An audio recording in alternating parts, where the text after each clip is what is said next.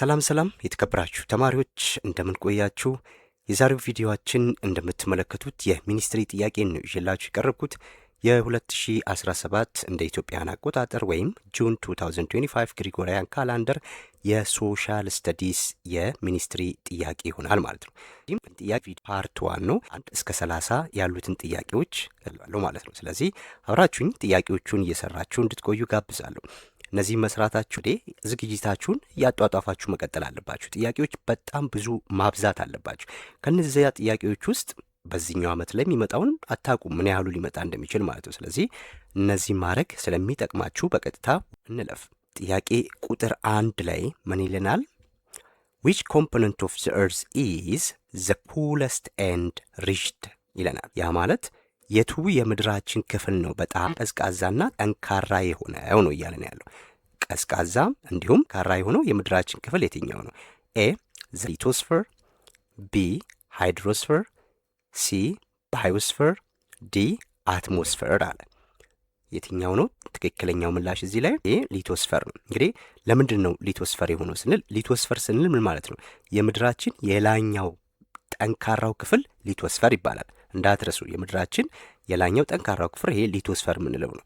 ያም ማለት በክረስትንና የላኛውን ወይም ማንትል የምንለውን ይይዛል። ስለዚህ ሊቶስፌር ክረስትንና ማንትልን ይይዛል ማለት ነው። ስለዚህ ከምድር ገጽ ላይ ስለሚገኝ ከውስጠኞቹ ይልቅ የውስጠኞቹ ሞቃታማ ክፍሎች ናቸው ውስጥ ስለሚገኙ ማለት ነው። ስለዚህ ይሄ ከምድር ገጽ ላይ ስለሚገኝ ይሄ ደግሞ ቀዝቃዛ ነው ማለት ነው። በቀላሉም የማይታጠፍ ወይም ጠንካራ የምድራችን ክፍል ሊቶስፌር ይባላል ማለት ነው። አንደኛው ሊቶስፌር ነው። ይሄ ሃይድሮስፌር በውሃማ ክፍል ነው። ባዮስፌር ይሄ እጽዋት ህይወት ያላቸው ነገሮች ያሉበት ነው። አትሞስፌር እንደምናየው ከባቢ አየራችን ነው ማለት ነው። ሁለተኛው ጥያቄ ደግሞ ምን ይለናል? which one of the following is a direct source of information about the internal part of the earth? ስለዚህ እዚህ ጋር ደግሞ እያለን ያለው ከሚከተሉት ውስጥ ስለ ምድር ወይም ስለ መሬታችን ውስጣዊ ክፍል ቀጥተኛ መረጃ የሚሰጠን ምንድን ነው? ቀጥተኛ መረጃ ነው ያለው። እቺን አስተውሉ። ስለዚህ ዳይሬክት ሶርስ ኦፍ ኢንፎርሜሽን አባውት ዘ ኢንተርናል ፓርት ኦፍ ዘ እርስ፣ ከመሬት በከርሰ ምድር ውስጥ ያለውን መረጃ ለማግኘት ቀጥተኛ መረጃ የሚሰጠን የትኛው ነው ከሚከተሉት? ኤ ኤርዝኩዊክ ዌቭ፣ የስ የእሳተ ገሞራ ሞገድ ማዕበል ማለት ነው። ቢ ሜትሮይትስ የምንላቸው የጠፈር ድንጋዮች ናቸው፣ ከላይ የሚመጡ ድንጋዮች ማለት ነው ከጠፈር ላይ። ሲ ደግሞ ቮልካኒክ ኢራፕሽን አለ፣ ይሄ የእሳተ ገሞራ ፍንዳታ። ዲ ኢሮዥን ኤንድ ዲፖዚሽን አለ። ኢሮዥን ኤንድ ዲፖዚሽን ስለማን ነው እያወራ ያለው? ዘ ኢንተርናል ፓርት ኦፍ ዘ እርዝ ነው አይደለ? ኢንተርናል ፓርት ኦፍ ዘ እርዝ ላይ ኢሮዥን ኤንድ ዲፖዚሽን እዚህ ጋር አይመለከተውም። ይሄ ኢሮዥን ዲፖዚሽን ከምድራችን አሁን የኖርን ያለበትን የላኛው ክፍል መሬታችን ላይ የሚከሰት ነገር ነው አይደለ? ስለዚህ ይሄ ፍጹም አይሆንም። ስለዚህም ይሄ ሜትሮይትስ ከላይ የሚመጣ ነው አይደለ? ስለዚህም ሞር ምላሹ ሊሆን የሚችለው ማን ነው? ወይ ኤ ወይ ሲ ነው ማለት ነው። ኤርዝኩዊክ ኤንድ ቮልካኒክ ኢራፕሽን። ስለዚህ ማን ነው አሁን እዚህ ጋር የእሳተ ገሞራ ፍንዳታ ትክክለኛው ምላሽ ይሆናል እዚህ ላይ ቮልካኒክ ኢራፕሽን ማለት ነው። ለምንድን ነው ሳይንቲስቶች ስለ ምድራዊ ውስጣዊ ክፍል መረጃ የሚያገኙት? በሁለት ምክንያት ነው። አንደኛው ዳይሬክት ሶርስ ብለን የምንለው ነው። ሁለተኛው ኢንዳይሬክት ሶርስ ማለት ነው። ይሄ ዳይሬክት ኤንድ ኢንዳይሬክት ሶርስ ቀጥተኛ መረጃ የሚሰጠን አለ፣ በተዘዋዋሪ መንገድ የሚያገኙበት አለ ማለት ነው። ይሄ ዳይሬክት ሶርስ ስንል ቀጥተኛ ምንጭ እያልን ነው አይደለ? ስለ መሬታችን ውስጣዊ ክፍል ቀጥተኛ ምንጭ ነው። ያ ማለት የመሬት ውስጥ ድንጋዮች ወይም በእሳተ ገሞራ ሲፈነዳ ምንድን ነው ያ ከውስጥ የሚወጣው ላቫ ማግማ ይወጣና ላቫ የምንለው ምንድን ነው? ማግማ ወጥቶ መሬት ላይ ሲፈስ ነው አይደል ላቫ የሚባለው። ስለዚህ እሱን በአካል ማየትና መንካት ሲቻል ያ ዳይሬክት ሶርስ ይባላል ማለት ነው። ላቫውን በማጥናት የሚገኘው ዳይሬክት ሶርስ ነው። ኢንዳይሬክት ሶርስ ወይም ቀጥተኛ ያልሆነ ምንጭ ደግሞ የሚባለው የመሬት መንቀጥቀጥ ማዕበል፣ ይሄ ዳይሬክት ሶርስ ነው። ኤርዝኩዊክ ዌቭ ኢንዳይሬክት ሶርስ ነው። እዛም ሜትሮይትስም ኢንዳይሬክት ሶርስ። እነዚህ ከጠፈር የሚወድቁ ድንጋዮችን በማጥናት በግምት የሚደረስበት መረጃ ይሄ ኢንዳይሬክት ሶርስ ይባላል ማለት ነው። ስለዚህ ሁልጊዜም ዳይሬክት ሶርስ የትኛው ነው? ቮልካኒክ ኢራፕሽን ላቫውን በማጥናት የሚገኝ ማለት ነው። ኩዌስችን ነምበር 3 which type of rock covers most part of eastern Ethiopia? ይሄ በምስራቁ የኢትዮጵያ ክፍል በብዛት የሚገኘው የድንጋይ አይነት የቱ ነው እያለን ያለው። ቤት በምስራቁ የኢትዮጵያ ክፍል ኢግነስ ሮክ፣ ቢ ሜታሞርፊክ ሮክ፣ ሲ ሲሜንተሪ ሮክ፣ ዲ ፕሉቶክ አለ። እዚህ ላይ ትክክለኛው ምላሽ መጀመሪያ ምስራቅ ኢትዮጵያ የሁኔታውን በአጠቃላይ ሁኔታውን ስናይ ምንድን ነው ዝቅተኛ ስፍራ ላይ የሚገኝ ነው፣ እንደ አፋር እንደ ሶማሌ ያሉ አካባቢዎች ማለት ነው። ስለዚህ ዝቅተኛ ስፍራዎች በተለይ የሶማሌ የኦጋዴን ተፋሰስ በሚባሉት አካባቢዎች ማለት ስለዚህ በጥንት ዘመን ይህ አካባቢ በባህር የተሸፈነ ስለነበሩ እነዚህ አካባቢዎች በባህር የተሸፈኑ ስለነበሩ ከፍተኛ ምን አለ የኖራ ድንጋይ ወይም ላይምስቶን የምንለውና የአሸዋማ የዝቃጭ ድንጋዮች ክምችት ይገኙበታል። ስለዚህ ክምችት ወይም ዝቃጮች በዲፖዚሽን አማካኝነት የሚፈጠረው ሮክ ደግሞ ምን ይባላል? ሴዲሜንተሪ ሮክ ይባላል ማለት ነው። ሮክ የሚባለው ይሄ በጎመራ ፍንዳታ አማካኝነት ነው። ያ ማለት እሳተ ጎመራ ሲፈነዳ ከዛ በኋላ ማግማው ከውስጥ ወጥቶ መሬት ላይ ላቫ ሆኖ ያ ላቫ ምን ይሆናል? ሲቀዘቅዝ ጠንካራ ድንጋይ ይሆናል ማለት ነው። ስለዚህ ኢግነስ ሮክ የምንለው ያንን ነው። ይሄ በእሳተ ገሞራ ፍንዳታ አማካኝ የሚፈጠር ነው። ይሄ ደግሞ አንድ የተለያዩ ድንጋዮች ወደ ሜታሞርፊክ ሮክ በሂትና በፕሬዠር አማካኝነት ሴዲሜንተሪም ሊሆን ይችላል ወደዚህ ወደ ኢግነስ ወደ ሜታሞርፊክ ሮክ ሊቀየሩ ይችላሉ። ይሄ ግን በዲፖዚሽን ነው። ስለዚህ ሄዶ ዝቃጮች እየተከመሩ የሚፈጠር የድንጋይ አይነት ነው ማለት ነው። ይሄ ሴዲሜንተሪ ሮክ። ስለዚህ ምላሹናል ይሆናል ማለት ነው። ኩዌስችን ነምበር 4 አራተኛው which regional state of Ethiopia was the fossil remains of Lucy or ድንቅነሽ discovered? ይሄ በጣም ቀላል ነው አይደለ? እዚህ አፋር ምን ቦታውን ደግሞ ስፔሲፊክ ቦታውን ደግሞ በዚህኛው ዓመት ሊጠይቃችሁ ይችላል። የተገኘችው ቦታው ምን ይባላል? ሀዳር ይባላል። ሀዳር በሚባል ቦታ ነው ይሄ ድንቅነሽ የተገኘችው ማለት ነው። አፋር ሀዳር ይባላል። ኦኬ ኩዌስችን ነምበር 5 which one of the following factors contribute to rapid population growth? rapid population growth አለ። እንግዲህ ምን እያለን ነው? ይህ ከሚከተሉት ውስጥ ለፈጣን የህዝብ ቁጥር እድገት አስተዋጽኦ የሚያደርገው የቱ ነው? ለፈጣን የህዝብ ቁጥር እድገት ማለት ነው rapid population growth። ኤ rising cost of living globally የዓለም አቀፍ የኑሮ ውድነት መጨመር ማለት ነው። በዓለም አቀፍ የኑሮ ውድነት መጨመር። የኑሮ ውድነት ጨመረ ማለት ራፒድ ፖፑሌሽን ግሮዝ ኖረ ማለት አይደለም። ሁለቱ ተቃራኒ ሆኑ ማለት ነው። ስለዚህ በጣም የኑሮ ውድነት እየጨመረ ሲመጣ ሰዎች መኖር ነው እንደሚያቅታቸው። ስለዚህ ሞርታሊቲ ሬት እንደውም ይጨምራል ማለት ነው። ስለዚህ ራፒድ ፖፑሌሽን ግሮዝ ይሄ አይኖርም። ይሄ አይሆንም ማለት ነው። ቢ ላይ ዲክላይኒንግ አግሪካልቸራል ፕሮዳክቲቪቲ አለ። የግብርና ምርታማነት መቀነስ እያለን ነው። የግብርና ምርታማነት መቀነስ። የግብርና ምርታማነትም ቀነሰ ማለት የሰዎች የኑሮ ሁኔታ በዛው መጠን ምን ማለት ተሰናከለ፣ ቀነሰ እንደማለት ነው። ስለዚህ በላው የተመቻቸ ሁኔታ እነዚህ ነገሮች አይኖሩም። ራፒድ ፖፑሌሽን ግሮዝ እዚህ ጋርም አይኖርም ማለት ነው። እንደውም እየቀነሰ ነው የሚመጣው። ሲ አድቫንስመንትስ ኢን ሳይንቲፊክ ኤንድ ሜዲካል ኖሌጅ አለ። እዚህ ደግሞ የሳይንስና የሕክምና እውቀት እድገት መኖር እያለን ነው። ስለዚህ ሲ ምንድን ነው ማለት ነው? ትክክለኛው ምላሽ ነው። ለምንድን ነው ትክክለኛው ነው? እንግዲህ የሳይንስና የሕክምና እውቀት እድገት በምንልበት ሰዓት ላይ የሕክምናና የሳይንስ እድገት ሰዎች ረጅም ዕድሜ እንዲኖሩ አድርጓል አይደለ? ከዚህ በፊት ከነበረው የኑሮ ሁኔታ አንጻር ዛሬ ላይ የተለያዩ መድኃኒቶች አሉ። የተለያዩ የኑሮ ሁኔታዎችን የምናሻሽልበት መንገድ በሳይንስ አማካኝነት ተገኝቷል አይደለ? ስለዚህ ያ ደግሞ መሆኑ የህፃናትን ሞት ይቀንሳል ማለት ነው። የሚወለዱ ልጆች የሞት መጠናቸው እየቀነሰ ነው የሚመጣው። የሚወለዱት እያደጉ ይመጣሉ ማለት ነው። በዚህም የተነሳ የህዝብ ቁጥር በፍጥነት እንዲጨምር ያደርጋል ማለት ነው። ስለዚህ ሌሎች አማራጮች ግን የህዝብ ቁጥር እንዲቀንስ የሚያደርጉ ናቸው። ዋይድ ስፕሪድ ፕሪቫለንስ ኦፍ ዴድሊ ዲዚዝ ይሄ ገዳይ በሽታዎች በስፋት መከሰት የሰዎችን የራፒድ ፖፑሌሽን ግሮዝ እንዲኖር ሳይሆን እንዲቀንስ ነው የሚሆነው። ኩዌስችን ነምበር 5 ሲ ይሆናል ማለት ነው። ኩዌስችን ነምበር 6 which of the following is a type of intranational migration? ኦኬ ከሚከተሉት ውስጥ የሀገር ውስጥ ፍልሰት ኢንትራ ከተባለ በዚሁ ማለት ነው። በተመሳሳይ ሀገር ውስጥ በአንድ ሀገር ውስጥ የሚደረግ ፍልሰት ማለት ነው። ኢንተር ከሆነ ደግሞ ከአንድ ሀገር ወደ ሌላ ሀገር የሚደረግ ነው።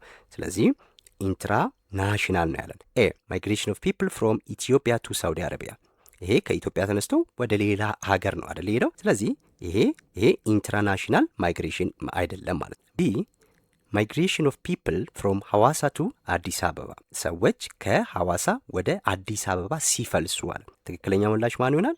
ይሄ ይሆናል ማለት ነው። ምክንያቱም ይሄ ሐዋሳም አዲስ አበባም ኢትዮጵያ ውስጥ ያሉ ከተማዎች፣ ስለዚህ በዚሁ የሚደረግ ፍልሰት ስለሆነ ይሄ ይሆናል። ሲ ላይ ማይግሬሽን ኦፍ ፒፕል ፍሮም አፍሪካ ቱ ዩሮፕ፣ ዲ ላይ ማይግሬሽን ኦፍ ፒፕል ፍሮም ሱዳን ቱ ሳውዝ ሱዳን። ይሄ እዚች ጋ አሁን ሁለቱ ያሳስታቸዋል። ዲ ላይ አሁን ያሳስታል አይደል? ሱዳን ወደ ሳውዝ ሱዳን ሲል አንድ ከተማ አንድ ስም ስለጠራ፣ ግን በአሁኑ እነዚህ ሁለት የተለያዩ ሀገራት ስለሆኑ ይሄ አይሆንም ማለት ነው። ሶ ዘ ኮሬክት አንሰር ኢዝ ቢ። ስድስተኛው ቢ ይሆናል ማለት ነው። እሺ ጥያቄ ቁጥር 7 ዊች ዋን ኦፍ ዘ ፎሎዊንግ ሚንስ ኦፍ ትራንስፖርቴሽን ሄልፕስ ፒፕል ቱ ትራቭል ፋርዘር ኤንድ ፋስተር አለ። ስለዚህ ከሚከተሉት ይሄ ሞድ ኦፍ ትራንስፖርት የሚባሉ አሉ አደለ?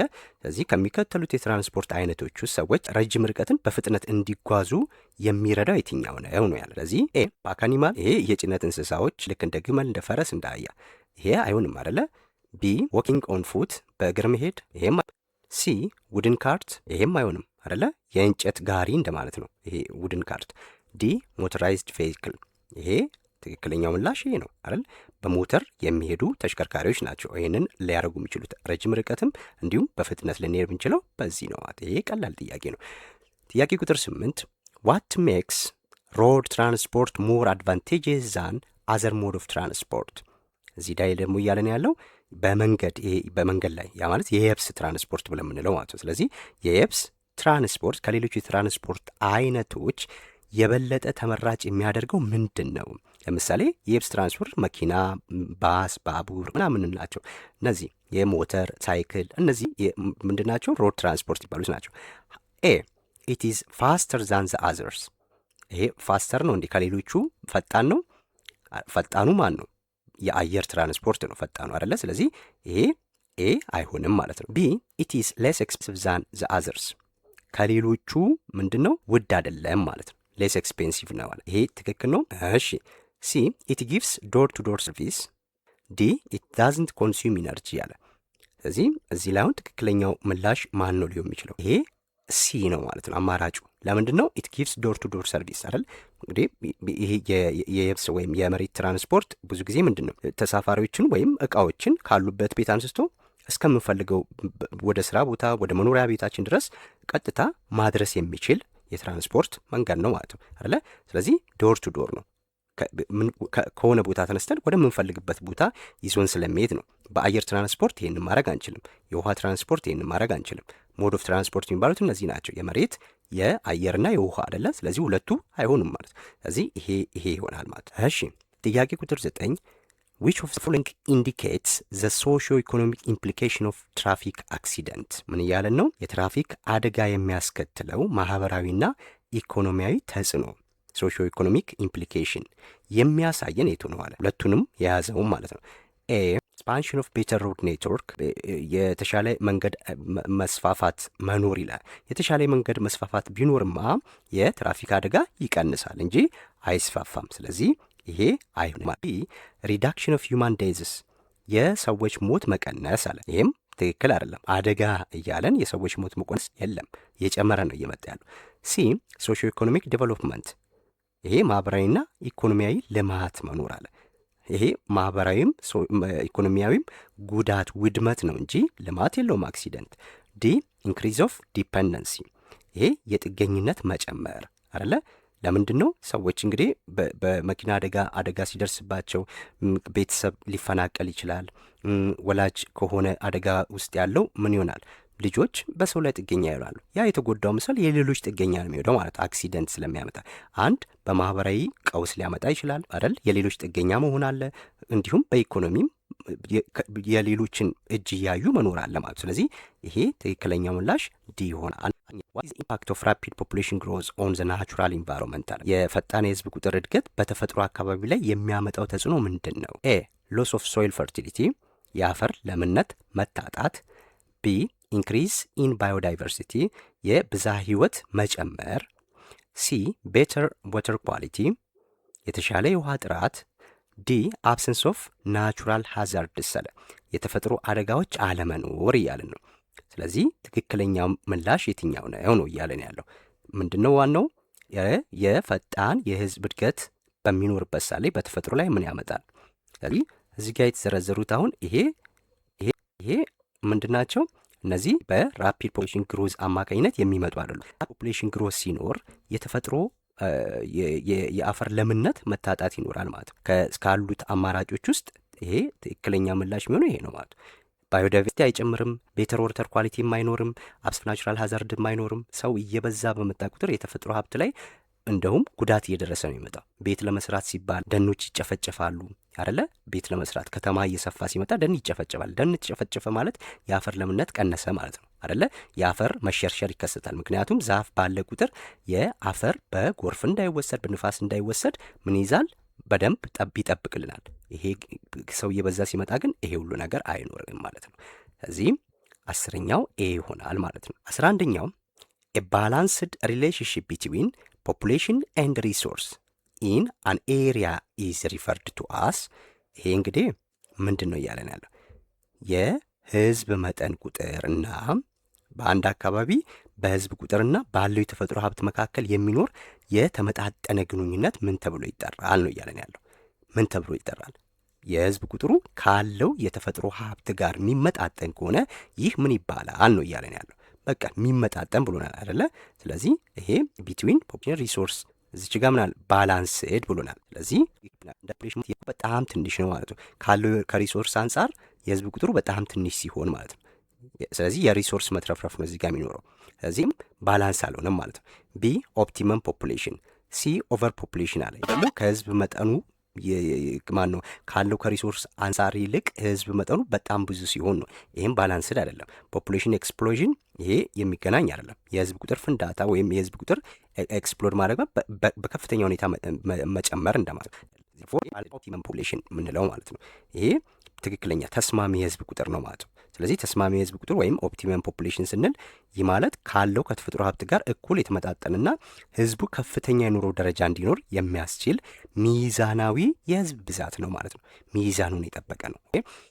which one of the following is the characteristics of renewable natural resources? ይሄ ደግሞ የሪኒዋብል ናቹራል ሪሶርስ ማለት ታዳሽ የተፈጥሮ ሀብት ማለት ነው። ታዳሽ የተፈጥሮ ሀብት። ስለዚህ ከታዳሽ የተፈጥሮ ሀብት ባህሪ የሆነው ነው እያለን ያለው የታዳሽ የተፈጥሮ ሀብት ባህሪ የሆነው የትኛው ነው? ኤ they are used for one time ሪኒዋብል ከተባለ ሪኒው የሚደረግ ነው። ያ ማለት ዛሬ ተጠቅመን ነገም የምንጠቀመው ነው፣ ከነገ ወዲያም የምንጠቀመው ነው። ስለዚህ ይሄ ታዳሽ ነው ማለት የሚታደስ፣ ስለዚህ የሚያልቅ አይደለም። ለአንድ ጊዜ ተጠቅመነው የሚያበቃ አይደለም ማለት ነው። they are used for one time ይሄ ትክክል አይደለም። ቢ they have more environmental impact ይሄ ደግሞ ከፍተኛ የአካባቢ ያስከትላል አለ። ይሄ በፍጹም አያስከትልም አይደለ? የአካባቢ ብክለትን የሚያስከትለው ነን ሪኒዋብል የሚባሉት ናቸው። ለምሳሌ የከርሰ ምድር ውስጥ የምናገኛቸው ኮል ሊሆን ይችላል፣ ናቹራል ጋዝ ሊሆን ይችላል። እነዚህ ነገሮች ምን ያለ ካርበን አላቸው በውስጣቸው። ያ ማለት ለአካባቢ ብክለት ከፍተኛ አስተዋጽኦ አላቸው እንጂ ለምሳሌ የፀሐይ ብርሃን ጉዳት የለም። የንፋስ እነዚህ የውሃ እነዚህ አሁን ሪኒዋብል ናቸው አይደለ? ስለዚህ ጉዳት የላቸውም ማለት ነው። they have more environmental impact አለ። ይሄም ሐሰት ነው። ሲ they existed in limited supply ይሄ ምን እያለ ነው? ከአቅርቦታቸው የተገደበ ነው አለ። አቅርቦታቸው ሁልጊዜ የተገደበ የሚሆኑ ምንድን ናቸው? አላቂ የሆኑት ናቸው። ያ ማለት የማይታደሱ ታዳሽ ያልሆኑ የተፈጥሮ ሀብቶች ናቸው አላቂ የሚሆኑት የተገደቡ ማለት ነው። ለምሳሌ በአንድ ሀገር ውስጥ ወይም ኢትዮጵያ ውስጥ ለምሳሌ ነዳጅ ቢኖር ያ ነዳጅ አንዴ ካወጣ ነው በቃ ሊሚትድ ሰፕላይ ነው ያለው። ሁልጊዜ እየፈለቀ የሚሄድ አይደለም። የስ ስለዚህ ይሄም ትክክል አይደለም። ዲ they can be replaced after use ያ ትናንትም የተነፈስን ነው፣ ዛሬም የተነፈስን ነው። የፀሐይ ትናንትም አለች፣ ዛሬም አለች፣ ነገም ትኖራለች። እዚህ ይሄ ይሆናል ማለት ነው። ትክክለኛ ምላሹ ዲ ይሆናል። 12ኛው 13ኛው which one of the following factors causes deforestation in Ethiopia አለ። በኢትዮጵያ ውስጥ ለደን መጨፍጨፍ ዋነኛ መንስኤ የሆነ የትኛው ነው? ደኖች እንዲጨፈጨፉ ዋነኛ ምክንያት የሆነው የትኛው ነው አለ። ኤ slow population growth rate አዝጋሚ የህዝብ ቁጥር እድገት አለ። አዝጋሚ የህዝብ ቁጥር እድገት ካለማ ዲፎሬስቴሽን አይካሄድም አይደለ? ዲፎሬስቴሽን አይኖርም። ይሄ በጣም የህዝብ ቁጥር በፍጥነት ይመጣ ነው ዲፎሬስቴሽን። ከተማ እየተስፋፋ ሰዎች ለመኖር ሲሉ ምን ነፃ ቦታዎችን ስለሚፈልጉ ደኖች ሊጨፈጨፉ ይችላሉ። ይሄ ግን ምክንያት አይደለም ማለት ነው። ኤ ቢ ኢንቫይሮንመንታል ኮንዘርቬሽን ቢ ኢንቫይሮንመንታል ኮንዘርቬሽን ለዲፎሬስቴሽን እያለ እዚህ ጋር ኢንቫይሮንመንታል ኮንዘርቬሽን አለ። ይሄ አካባቢ መጠበቅ እንደማለት ነው አይደለ? ስለዚህ ይሄ ትክክል አይደለም አይደል? ሲ አግሪካልቸራል ኤክስፓንሽን የግብርና መስፋፋት ለዲፎሬስቴሽን ትክክለኛ መንስኤ ሊሆን ይችላል ማለት ነው። ሲ ይሆናል። ለምን? ዲፎሬስቴሽን ደን መጨፍጨፍ ነው አይደለ? ስለዚህም ያንን ደን ይጨፈጨፍና መሬት እያሰፉ ሰዎች ከሌላ ቦታ መጥተው ሊሰፍሩ ይችላሉ አንድ ቦታ። ያንን ደን ጨፍጭፈው ለግብርና መሬት ያደርጉታል ማለት ነው። ስለዚህ አንዱ ለዚህ ነው። ዲ ሎወር አርባናይዜሽን ሬት፣ ሎወር የምትለው አፈረሰችው። አርባናይዜሽን ይሄ ከተማ እድገት ማለት ነው። ስለዚህ ዝቅተኛ ወይም አዝጋሚ የከተማ እድገት እያለን ነው። ስለዚህ የከተማ እድገት አለመኖር ማነው? ከተማ በጣም እያደገ ሲመጣ ነው ዛፎች እየተጨፈጨፉ ከተማ እየለማ የሚመጣው። ስለዚህ እዚህ ጋር ግን ሎወር ነው የሚለን። ስለዚህ አይሆንም ማለት ነው። 14ኛው ጥያቄ ምን ይለናል? which ancient civilization took place between the Tigris and Euphrates river? yes ስለዚህ በቲግሮስ እና በኤፍራጥስ ወንዞች መካከል የተነሳው ጥንታዊ የስልጣኔ አይነት የትኛው ነው? ስለዚህ በእነዚህ ሁለት ወንዞች አካባቢ የተከሰተው የትኛው ነው? ኤ ኤንሽንት ሜሶፖታሚያን፣ ቢ ኤንሽንት ኢንዲያን፣ ሲ ኤንሽንት ቻይና፣ ዲ ኤንሽንት ኢጂፕት ይላል። የስ ትክክለኛው የትኛው ነው ነው እያለን ያለው። ሶ ይሄ ትክክለኛው ምንድን ነው? ሜሶፖታሚያ ነው ማለት ነው። ሜሶፖታሚያ ነው።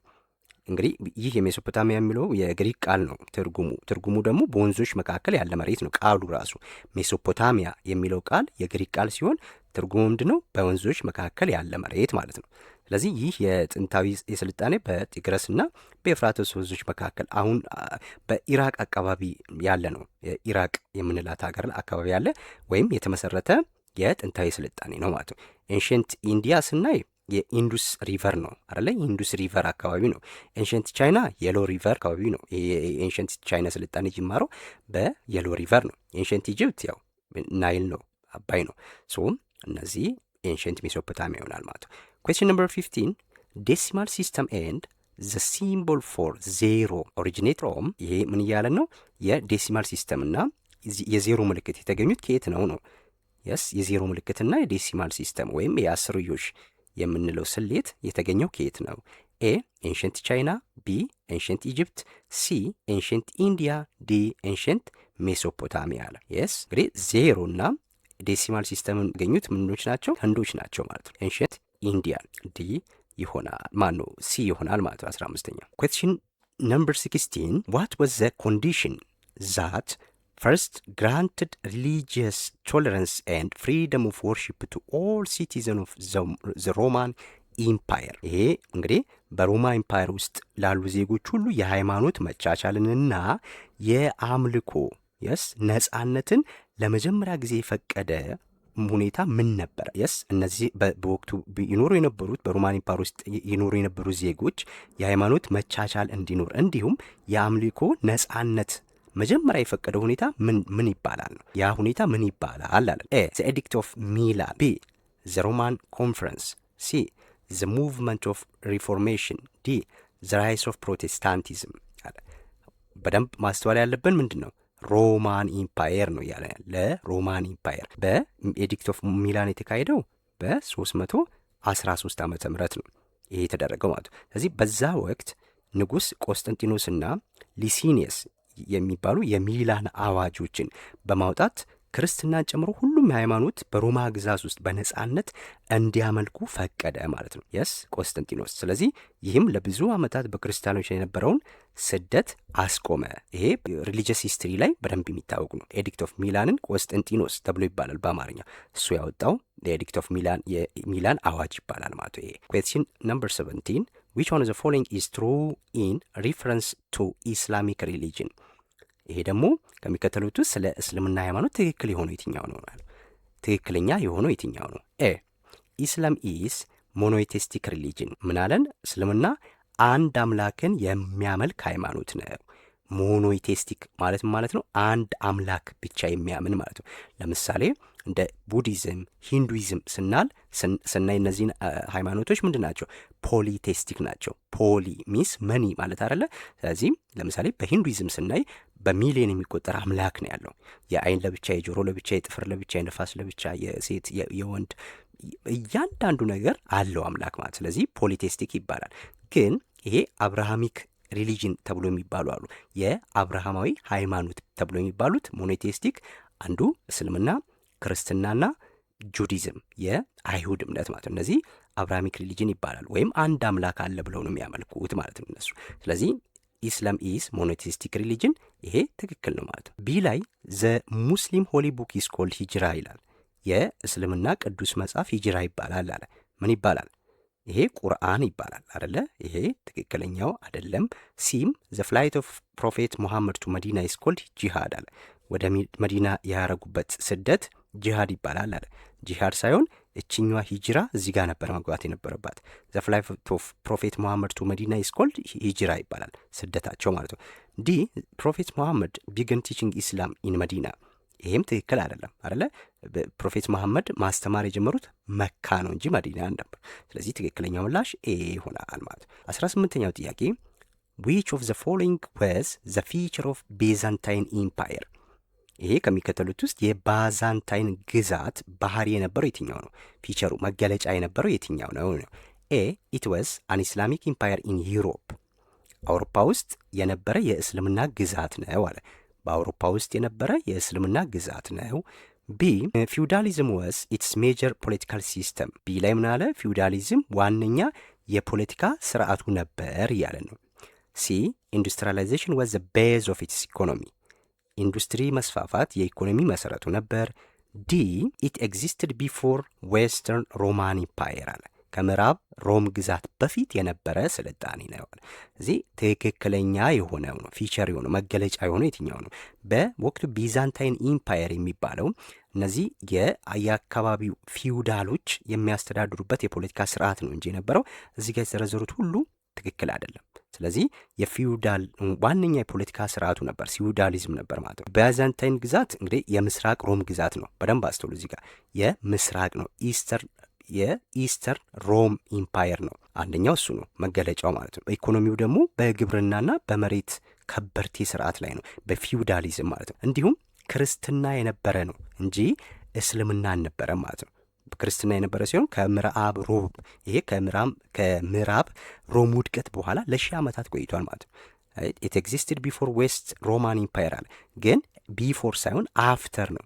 ከሮማን ኢምፓየር ወይም ከዌስት ሮማን ኢምፓየር ውድቀት በኋላ የመጣ ነው እንጂ በፊት አልነበረ ማለት ነው። ስለዚህ ትክክለኛው ፊውዳሊዝም ወዝ ኢትስ ሜጀር ፖለቲካል ሲስተም። ይሄ 18ኛው ጥያቄ ይሆናል ማለት ነው። 19ኛው which one of the following is a pictorial form of writing contributed by the Egyptian civilization? በጥንታዊት ግብፅ ስልጣኔ የተገኘው በስዕል መልክ የሚጻፍ የጽህፈት ጥበብ ምን ይባላል ማለት ነው። እዚህ ጋር ከተዘረዘሩት የጽህፈት ጥበብ ምን ይባላል? ኤ መሚፊኬሽን፣ ቢ ፓፒረስ፣ ሲ ሄሮግላፊክስ፣ ዲ ፒራሚድስ አለ። ይህን እዚህ ጋር ምንም ያምታታ ነገር የለውም አይደለ? ስለዚህም ጥንታዊ ግብፃውያን ቃላትና ድምፆችን ለመወከል ስዕሎችን ነበር የሚጠቀሙት። ስለዚህ የሚጽፉበት ልዩ የጽህፈት ስልት ደግሞ ምን ይባላል? ሂሮግሊፊክስ ይባላል ማለት ነው። ሌሎቹ የተለያዩ ነገሮች ናቸው። ፓፒረስም አይደለም፣ ማሚፊኬሽን ፒራሚድም አይደሉም ማለት ነው። እሺ 20ኛው ዋት ወዝ ዘ ካፒታል ሲቲ ኦፍ ዘ ኮምባይንድ ቴሪቶሪ ኦፍ ኢጅፕት ኤንድ ኑቢያ ፍሮም 750 ቢሲ ቱ 670 ቢሲ። አሁን ደግሞ እዚህ ጋር እያለን ያለው ከ7ኛው ክፍለ ዘመን በፊት የስ ከ750 ዓመተ ዓለም ነው ቢሲ ማለት። ስለዚህ ከ750 ዓመተ ዓለም እስከ 670 ዓመተ ዓለም የግብፅና የኑቢያ ግዛት በጋራ የግብፅና የኑቢያ ግዛት ዋና ከተማ ምን ነበረ? ምን ይባል ነበር እያሉን ያሉት። ይሄ የሁለቱም ግዛት የሆነችው ማናት? ይሄ ማን ይባላል? ናፓታ ይባላል ማለት ነው። በዚህ ወቅት ማለት ነው በ750 እስከ 670 ዓመተ ዓለም ላይ በዚህ ዘመን የኩሽ ወይም የኑቢያ ነገስታት ግብፅን ድል በማድረግ 25ኛውን የግብፅ ስርወ መንግስታት መስርተዋል። 25ኛውን። ስለዚህ ሁለቱም ግዛቶች የሚያስተዳድሩት መጀመሪያ በትውልድ ከተማቸው በናፓታ ነው። አሁን ይሄ ሰሜን ሱዳን ውስጥ ያለ ማለት ነው። ናፓታ የሚባለው ሰሜን ሱዳን ነው ያለው አሁን። ስለዚህ ይሄ መጀመሪያው ነው። ከዛ በኋላ ሜሮይ መጥቷል። ካርቱም የሱዳን ዋና ከተማ ነው። ካይሮ ደግሞ የግብፅ ዋና ከተማ ነው አሁን ላይ። ስለዚህ የሁለቱም የጋራ የሆነው ግን ናፓታ ነው ማለት ነው። ጥያቄ ቁጥር 21 what was the condition that helped the Nubians to have a strong military power during the Meroe civilization? እንግዲህ እዚህ ላይ ምን እያልን ነው? በሜሮይ ስልጣኔ ጊዜ ወይም በሜሮይ ስልጣኔ ወቅት ኑቢያውያን ጠንካራ ወታደራዊ ኃይል እንዲያደራጁ የረዳቸው ሁኔታ ምን ነበረ? ጠንካራ ኃይል እንዲኖራቸው ያስቻላቸው ምን ነበረ? ኤ ዴቨሎፕመንት ኦፍ ኢሪጌሽን ይሄ የመስኖ ልማት እድገት መኖር። ቢ ዊክኒንግ ኦፍ ኢጂፕሽያንስ የግብፃውያን መዳከም። ሲ ዲስከቨሪ ኦፍ አይረን ኦር ይሄ የብረት ማዕድን መገኘት። ዲ ዴቨሎፕመንት ኦፍ ኒው ሪሊጅን። የስ እዚህ ጋር አሁን ምላሾቹን በምርጫዎቹን ስታዩ ተቀራራቢም አይደሉም አይደለ? አብዛኞቹ በሚሊተሪ እድገት በወቅቱ ያሳየችው ለምንድን ነው እያለን ያለው።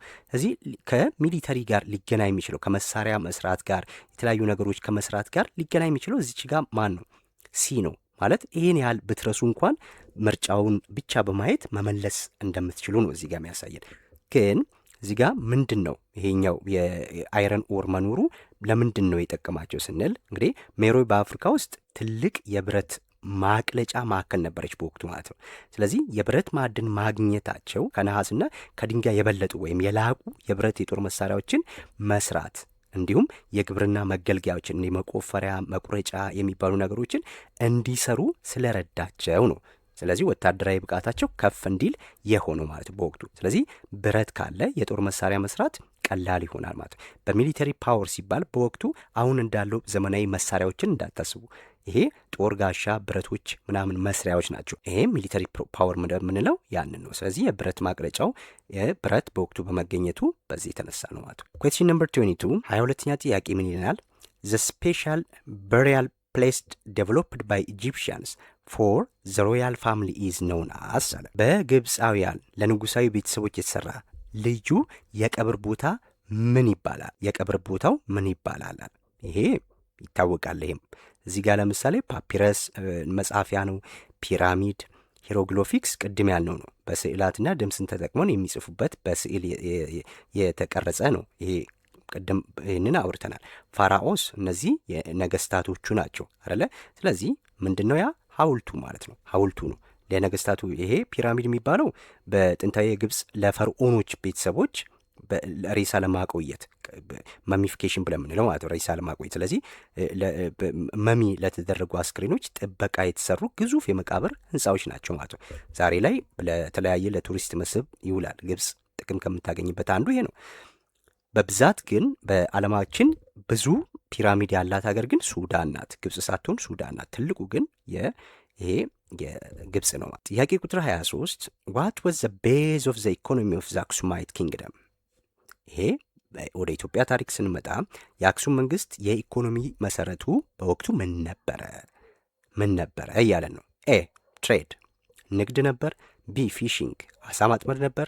ሲ አግሪካልቸር ግብርና ነበር። ዲ ኢንዱስትሪ ነበር እያለን። እዚህም ምን ነበር በዋናነት አክሱማውያን የሚታወቁት በምን ነበር? የኢኮኖሚ መሰረታቸው ምን ነበረ?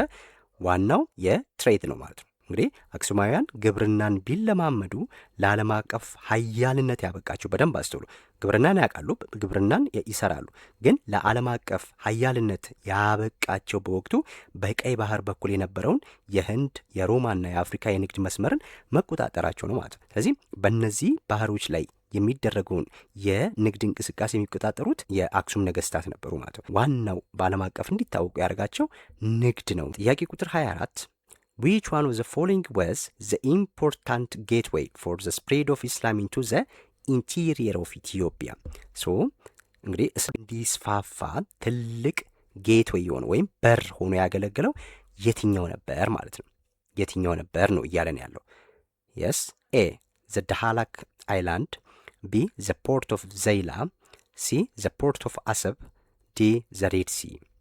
በደንብ አስተውሉ። እዚህ ጋር እስልምና የገባበት አይደለም ያለን። እስልምና ወደ ኢትዮጵያ የገባበት አይደለም፣ ወደ መሃለኛው ኢንቲሪየር ኦፍ ኢትዮጵያ ነው ያለው አይደለ? ስለዚህም እስልምና በዳህላክ በኩል ነው ቀደም ብሎ የገባው። አስተውሉ። የገባበት ብቻ ከተባለ በዳህላክ አይላንድ ነው የገባው ማለት ነው። ነገር ግን በዚህ በኩል ቀደም ብሎ ቢገባም በዳህላክ በኩል ወደ መሃልና ወደ መሃለኛው ኢትዮጵያ ክፍልና እንዲሁም ወደ ደቡብ ኢትዮጵያ ያ ማለት በሐረር በኩል እንዲስፋፉ ትልቁ ሚና የተጫወተው ግን የዘይላ ወደብ ነው ማለት ዘ ፖርት ኦፍ ዘይላ ነው። እዚህ ጋር ሁለቱን እንድትለዩ ያስፈልጋል። ስለዚህ የዘይላ ወደብ እና በከተማ በኩል የሚተላለፉ የንግድ መስመሮች ነበሩ። ይሄ ወደ መሀል ኢትዮጵያ ክፍልና ወደ ደቡብ እንዲስፋፋ የረዳቸው እንጂ በቀጥታ ኢትዮጵያ ለመጀመሪያ ጊዜ የገባው ቤት በኩል ነው ቢባል ዳህላክ አይላንድ እንል ነበረ። ግን ወደ ኢንቴሪየር ኦፍ ኢትዮጵያ ግን የገባው ቤት ነው በፖርት ኦፍ ዜላ ነው ማለት ነው። 25ኛው ጥያቄ ዋት ዌር ዘ ኢምፓክት ኦፍ ፖፑሌሽን ሙቭመንት ኢን ኢትዮጵያ? በኢትዮጵያ የታዩት የህዝብ እንቅስቃሴዎች ያስከተሉት ተጽዕኖ ምንድን ነበር ነው እያለን ያለው። ኤ ዲስኢንቴግሬሽን ኦፍ ዘ ኔሽን ኢንቱ ስሞለር ስቴትስ፣ አገሪቱ ወደ ትናንሽ ግዛቶች መከፋፈል። ቢ ዘ ኢንቬዥን ኦፍ ዘ ካንትሪ ባይ አውትሳይድ ፎርስስ፣ አገሪቱ በውጭ ኃይሎች መወረር። ዲ ዘ ኢንቴግሬሽን ኤንድ ኤክስቼንጅ ኦፍ ሶሾ ካልቸራል ቫሊዩስ፣ የማህበራዊና የባህላዊ እሴቶች መቀላቀልና መለዋወጥ እያለን ነው። ዲ ዘ ዴቨሎፕመንት ኦፍ ዩኒተሪ ሶሾ ካልቸራል አይዴንቲቲ፣ አንድ አይነት ወይም አህዳዊ የሆነ ማህበራዊና ባህላዊ መለያ መፈጠሩ እያለን ነው። ስለዚህ ትክክለኛ የሆነው ነው አንድ ባህል ወይም አንድ ማህበረሰብ ወደ ሌላ ማህበረሰብ ሙቭ ማድረጉ። ስፔሻሊ በ16ኛ ክፍለ ዘመን ነው ይሄ እንቅስቃሴ የተደረገው። ስለዚህ አንዱ ወደ ሌላው መዘዋወሩ ምንድን ነው ሊያመጣ የሚችለው? አንድ እንግዲህ የማህበራዊና ባህላዊ እሴቶች መቀላቀልና መለዋወጥ ይኖራል አደለ? ስለዚህ ለምሳሌ ከአንዱ ከደቡብ ተነስቶ ወደ ኦሮሚያ ቢሄድ የደቡብን ባህል ለኦሮሚያው ያወርሳል፣ ከኦሮሚያው እሱም ይወርሳል። ስለዚህ ኤክስቼንጅ ኦፍ ካልቸር አለ ማለት ሶሾ ካልቸራል ቫሊዎች ይኖራሉ። ከኦሮሚያ ተነስቶ ወደ አማራ ቢሄድ፣ ከአማራ ተነስቶ ወደ ትግራይ ቢሄድ በዚያ ውስጥ ምን ይደረጋል? የባህል የማህበራዊና ባህላዊ እሴቶች መቀላቀልና መለዋወጥ ይኖራል ማለት ነው። ይሄ ነው ትክክለኛ መንገድ። እንግዲህ በኢትዮጵያ ታሪክ የታዩት የህዝብ እንቅስቃሴዎች የሚባሉት በተለይ የ16ኛ ክፍለ ዘመን ላይ የኦሮሞ ህዝብ እንቅስቃሴ የሚባለው ነው። እዚህ ጋር ነው ትልቁ የሚባለው። ስለዚህ ማህበረሰቦች እንዲጋቡ፣ ቋንቋ እንዲወራረሱ፣ ባህል እንዲጋሩ በማድረግ ሰፊ ውህደትን ፈጥሯል ማለት ነው። ይሄ ለ25ኛው ምላሽ ሲ ይሆናል። 26ኛው ደግሞ which region of Ethiopia was the primary supplier of export goods during the 19th century long distance trade? ይሄ በ19ኛው ክፍለ ዘመን በረጅም ርቀት ንግድ ወቅት ዋነኛ የውጭ የንግድ እቃዎችን አቅራቢ የነበረው የትኛው የኢትዮጵያ ክፍል ነበር ማለት ነው። በ19ኛው ክፍለ ዘመን ነው እያለን ያለው። ኤ ሳውዝ ዌስተርን ኢትዮጵያ፣ ደቡብ ምዕራብ ኢትዮጵያ። ቢ ኖርዝ ኢስተርን ኢትዮጵያ፣ ሰሜን ምስራቅ ኢትዮጵያ። ሲ ሳውዝ ኢስተርን ኢትዮጵያ፣ ደቡብ ምስራቅ ኢትዮጵያ። ዲ ኖርዝ ዌስተርን ኢትዮጵያ፣ ሰሜን ምዕራብ ኢትዮጵያ እያለን ነው። እንግዲህ በደንብ አስተውሉ። እዚህ ጋር በ19ኛው መቶ ክፍለ ዘመን በውጭ ገበያ ከፍተኛ ዋጋ የነበራቸው ልክ እንደ ቡና፣ ወርቅ፣ የአይቮሪ ወይም የዝሆን ጥርስ፣ የዝባድ ሽቶ የምንላቸው ቅመማ ቅመሞች የሚመነጩት የነበረው ወደ ውጭ የሚላኩት የነበረው በዋናነት ከደቡብ ምዕራብ ነበረ። ከደቡብ ምዕራብ አካባቢ ነበር ማለት ያ ማለት ከጊቤ መንግስታት አካባቢ ነው በዋናነት። ይሄ የጊቤ መንግስታት ተብሎ ይባላሉ አይደለ? ስለዚህ የጊቤ መንግስታት ይሄ ሊሙናሪያ፣ ጎማ፣ ጉማ ምናምን የሚባሉት ቦታዎች ናቸው እነዚህ።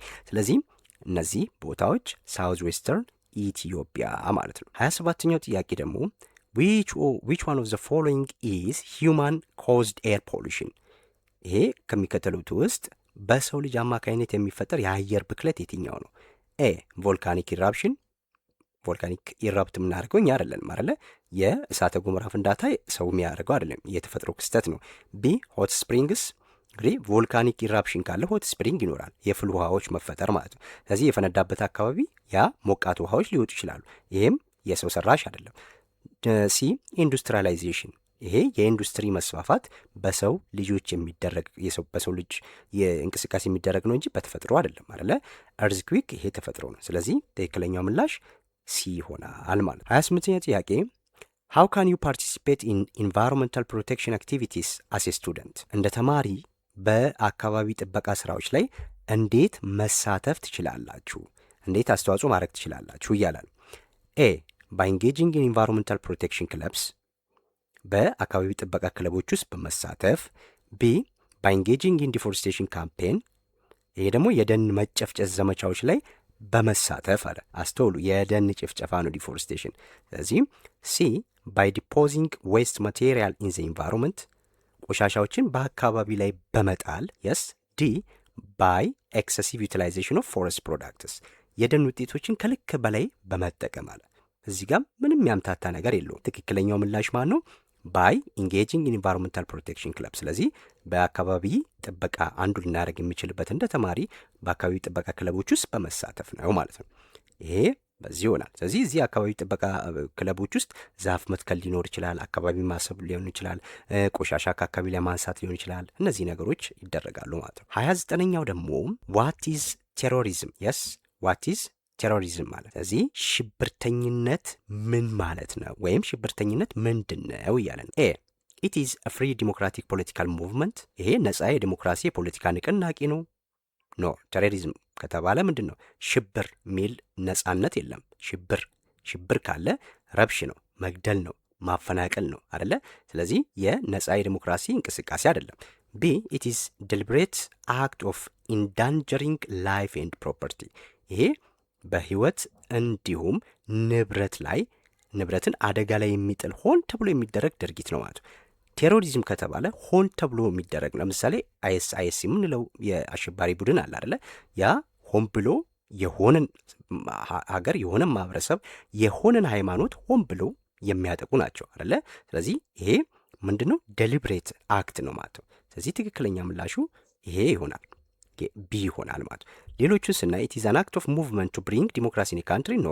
ፖለቲካል ፓርቲ ካምፔኒንግ ቱ ዊን ኢንፎርማል ኢሌክሽን ኖ። ቴሮሪዝም ስንል ይሄ ሆን ተብሎ የሚደረግ ሰዎችንና ንብረት ላይ ጉዳት ማድረስ ማለት ነው። የመጨረሻው ጥያቄ ላንድ ፎርም ክሬትድ ባይ አፕሊፍት ኦፍ ላንድ ቢትዊን ቱ ፓራለል ፎልት ኢዝ ኮልድ።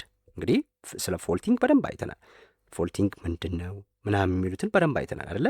ስለዚህ ፎልቲንግ በምንልበት ሳ ላይ ያው መሬት በጉልበት ሲሳብ ነው አይደል? ከፍተኛ ግፊት ይኖርና ሲሳብ ምን ይሆናል? ይሄ ይሰነጠቅና ምን ይሆናል? እዚህ ጋር ያለው መሬት ወደ ውስጥ ይሰምጣል ማለት ነው። ስለዚህ ፎልት ማለት ስንጥቅ ነው፣ መሰንጠቅ ነው አይደለ?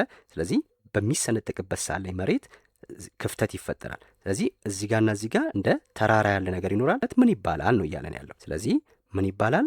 ኤ ሬፍት ቫሊ፣ ቢ ካልዴራ፣ ሲ ብሎክ ማውንቴን፣ ዲ ክሬተር ሌክ። በደንብ እዚህ ጋር ማስተዋል መቻል አለባችሁ ማለት ነው።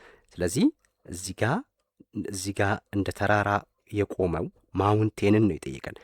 ላንድ ፎርም ክሬትድ ባይ አፕሊፍት ኦፍ ላንድ እዚህ ጋር ከፍ ብሎ የቆሙት በምን አማካኝነት? በፎልቲንግ አማካኝነት እያለን ያለው።